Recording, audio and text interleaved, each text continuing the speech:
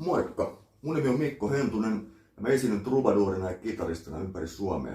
Ja tän syksyn ja talven ohjelmisto on pelkkää taattua Finhits-tavaraa, eli kotimaista iskelmää, sanotaan tuolta 60-luvulta niin kuin nykypäivään saakka. Sieltä löytyy Katri Helenaa, Frederik ja J. Karjalaista.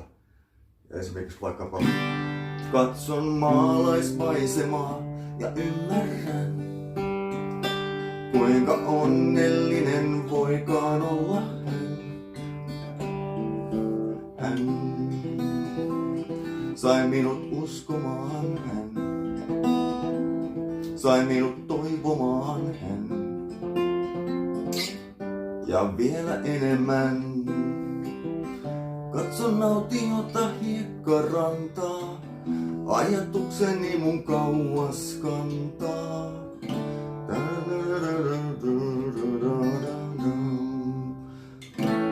Toivotaan, toivotaan, toivotaan,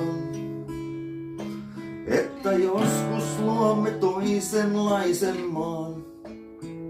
Ja niin edespäin. Mutta tosiaan Finhits-tavaraa tänä syksynä ja tänä talvena. Huokeet hinnat, hyvä palvelu, ei muuta kuin nähdään.